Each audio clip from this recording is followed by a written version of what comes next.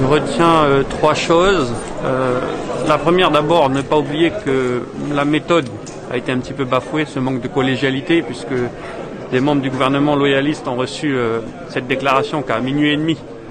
Donc c'est vrai que les indépendantistes qui se targuent de faire vivre la collégialité, il y a eu un loupé là-dessus, on le regrette beaucoup. La deuxième chose que je retiens, c'est que sur toute la partie économique et sociale, c'est une liste au Père Noël. C'est une liste au Père Noël. Le souci, c'est que c'est les Calédoniens qui vont payer les cadeaux.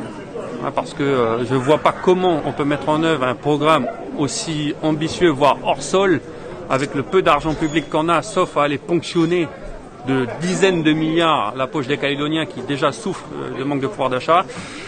Par contre, pour finir sur une note positive, parce qu'il faut toujours finir sur une note positive, la conclusion du discours offre des perspectives intéressantes sur le dialogue de l'après-consultation où on voit que Louis Mapou, qui est un indépendantiste, parle de renforcer les liens avec la France et de construire le vivre ensemble, même s'il place toujours un petit peu les Kanaks au centre du dispositif.